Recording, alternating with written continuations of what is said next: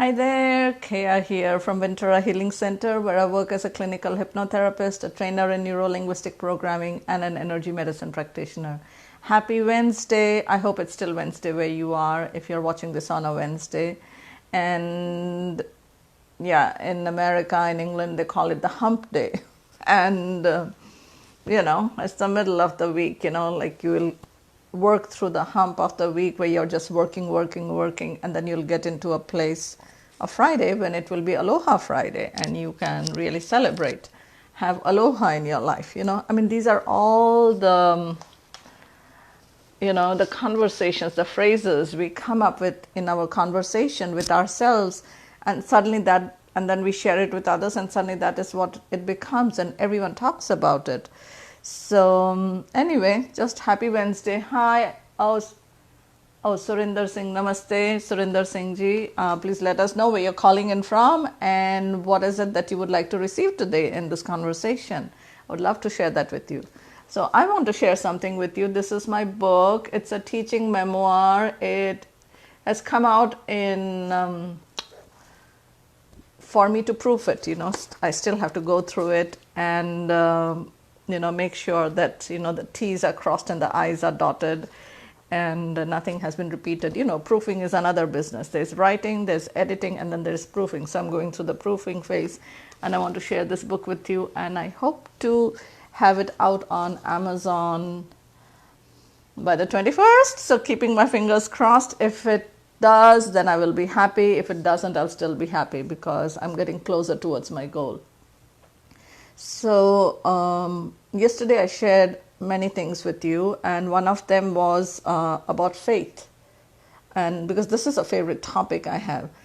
And then so today what I wanted to share with you, let me see, I had marked it over here, and what I wanted to talk about was again fear. Okay, but before I talk about fear, okay, so let me just talk about fear. What I feel about fear is, when you have fear, you have two choices.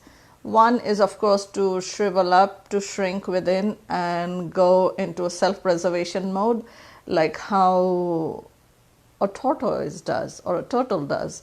Like whenever they fear for their life or they think there's danger around, they just withdraw their head, their limbs, and everything go within the shell, and then there is no one who can get into that shell. Somebody sent me love, so thank you for the love. If you just put your name over here and say hello, that would be nice, and let us know where you're calling in from. So that is one thing that you can do with fear, is you can shrivel up, shrink, and go into that mode.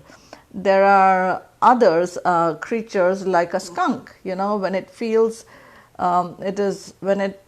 afraid, what it does is it lets out a terrible scent that you cannot get off of your body with soap. You have to scrub your entire body with tomato juice.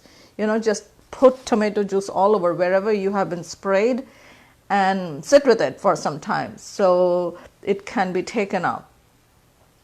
So that's again fear. So people, when they are having this verbal diarrhea, they are getting into a place of toxicity, vitriol, literally vitriol. Remember, they are fearful people. They are afraid right now.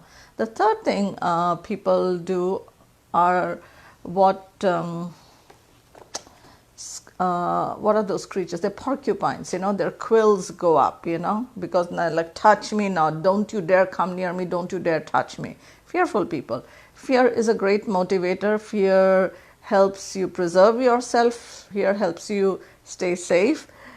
Fear, of course, takes the fun out of life. There's no fun. Fearful people can never have fun. They can have fun when they do drugs or alcohol, but to me, that's not fun. You don't need to be intoxicated to have fun. You won't even remember the fun you had from being intoxicated. So, yeah, that is fear, But then there's the other side of fear, You are afraid, but despite your fear, you do. And this is what happens when you do that.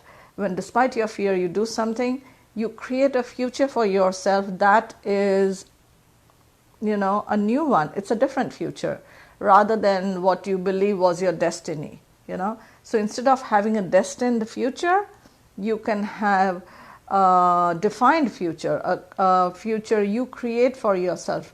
And that is what happens when you step into your fear. You face your fear and you still take that step ahead. It's not that you're not afraid, you're still afraid, because you don't know what will happen.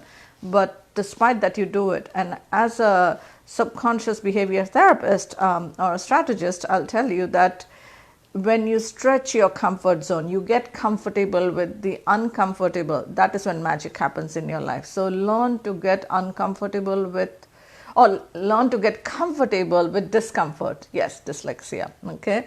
So learn to get comfortable with discomfort, and you can be the magician in your own life and a miracle in someone else's.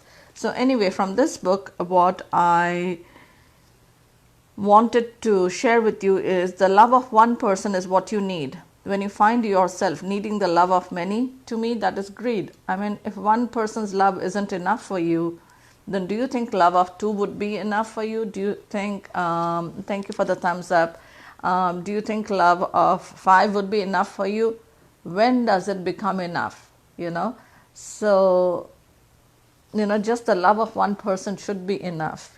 Anything beyond that is like not knowing. Like, you buy a house, then you buy 2 houses, and you buy 3 houses, and you buy 4 houses, and 5 and 10 and 20. And when is it enough? So you have to learn like when to say no to more, because less is more. When you have less, you have more. You have more love, more fun, more time. And because anything you have more of, like literally the physical world, whatever you have more of, you're just its keeper, you're just its custodian, you have to take care of it. Like Buddha said, when you have a cow, you belong to the cow because you have to take care of the cow every day. When you have a house, you belong to the house, you're the servant of the house, you have to take care of your house every day. So there you go. So when you feel loved, this is what happens. This is what love will give you. Love will give you strength.